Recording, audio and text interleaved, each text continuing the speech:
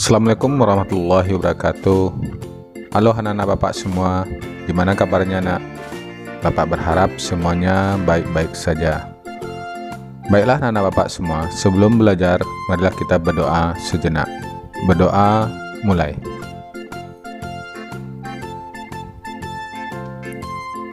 Selesai. Tentang kita hari ini adalah tema 2, persatuan dalam perbedaan, subtema 2, bekerja sama mencapai tujuan, pembelajaran 4. Adapun muatan pembelajaran kita hari ini adalah PPKN dan Bahasa Indonesia. Kompetensi dasar dari PPKN 3.4, menelaah persatuan dan kesatuan terhadap kehidupan berbangsa dan bernegara beserta dampaknya. Kompetensi dasar 4.4, menyajikan hasil telaah persatuan dan kesatuan terhadap kehidupan berbangsa dan bernegara beserta dampaknya.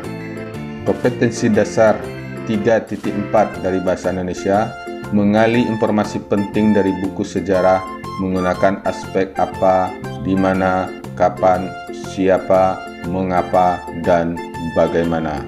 Kompetensi dasar 4.4, memaparkan informasi penting dari buku sejarah secara lisan, tulis, dan visual dengan menggunakan aspek apa, di mana, kapan, siapa, mengapa, dan bagaimana, serta memperhatikan penggunaan kosakata baku dan kalimat efektif.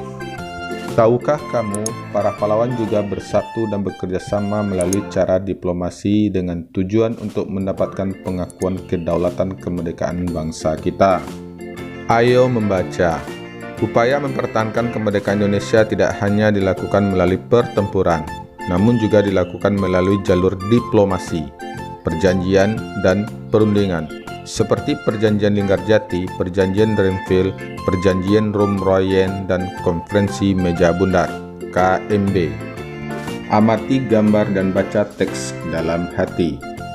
Perjanjian Linggarjati, 15 November 1946 sampai 25 Maret 1947. Perjanjian Linggarjati adalah perundingan antara Indonesia dan Belanda di Linggarjati, Jawa Barat, yang menghasilkan persetujuan mengenai status kemerdekaan Indonesia.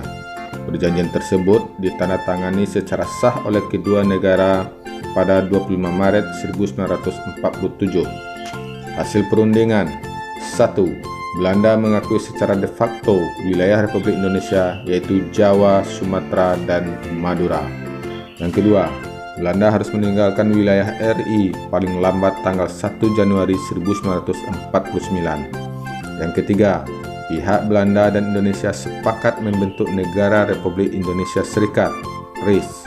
Dalam bentuk RIS, Indonesia harus tergabung dalam Commonwealth atau Persemakmuran.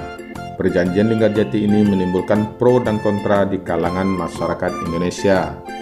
Pelanggaran perjanjian. Pelaksanaan hasil perundingan ini tidak berjalan mulus. Pada tanggal 20 Juli 1947, Gubernur Jenderal H.J. Van Mook akhirnya menyatakan bahwa Belanda tidak terikat lagi dengan perjanjian ini. Pada tanggal 21 Juli 1947, meletuslah agresi militer Belanda I. Perjanjian Renville, 8 Desember 1947 sampai 17 Januari 1948. Perjanjian ini dilakukan antara Indonesia dan Belanda. Perjanjian ini ditandatangani pada tanggal 17 Januari 1948 di atas kapal perang Amerika Serikat USS Renville yang berlabuh di Pelabuhan Tanjung Priok, Jakarta.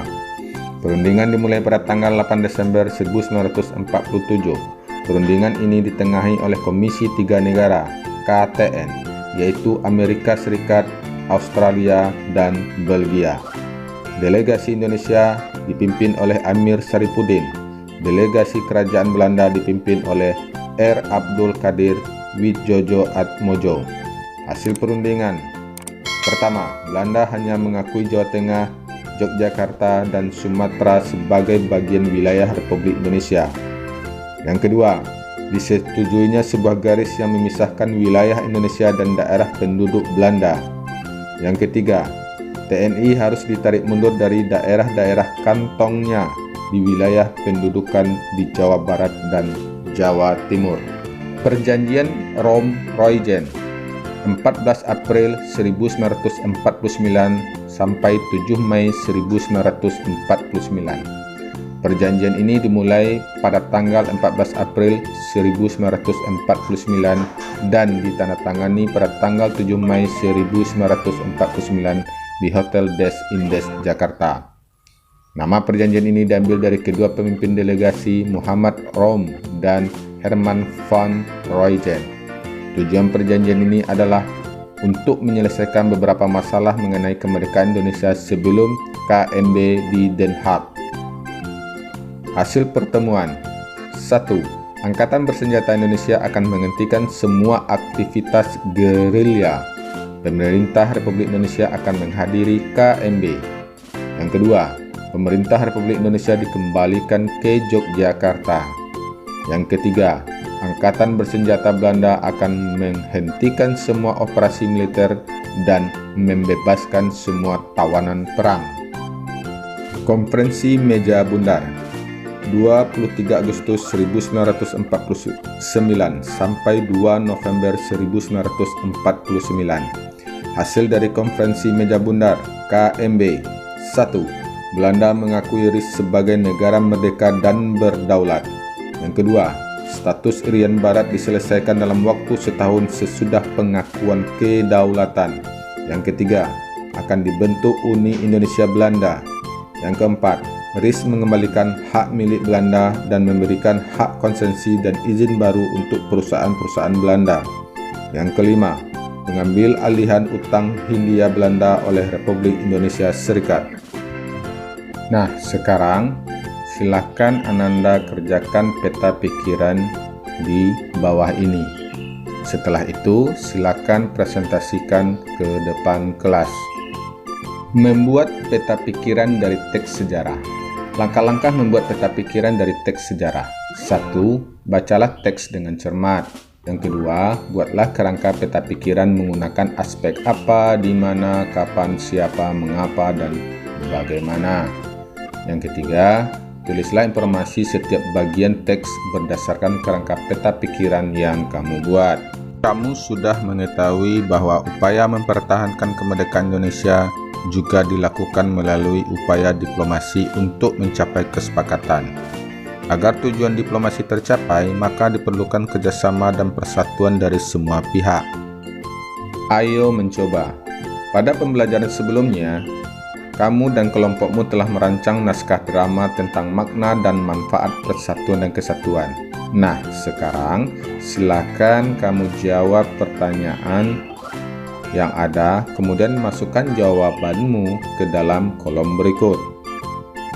Dan hari ini kamu akan berlatih drama tentang makna dan manfaat persatuan dan kesatuan dalam kehidupan sehari-hari. Perhatikan penjelasan dari guru tentang aturan pelaksanaan latihan. Sikap rela berkorban sebagai penerapan nilai persatuan dan kesatuan. Sikap rela berkorban dapat menunjukkan rasa tanggung jawab dan juga nasionalisme. Rela berkorban demi kepentingan bersama akan mempererat persaudaraan. Menyisihkan uang saku dan pakaian layak pakai untuk membantu korban bencana alam termasuk contoh sikap rela berkorban. Demikianlah pembelajaran kita hari ini, semoga bermanfaat. Bapak sudahi dengan wassalamualaikum warahmatullahi wabarakatuh.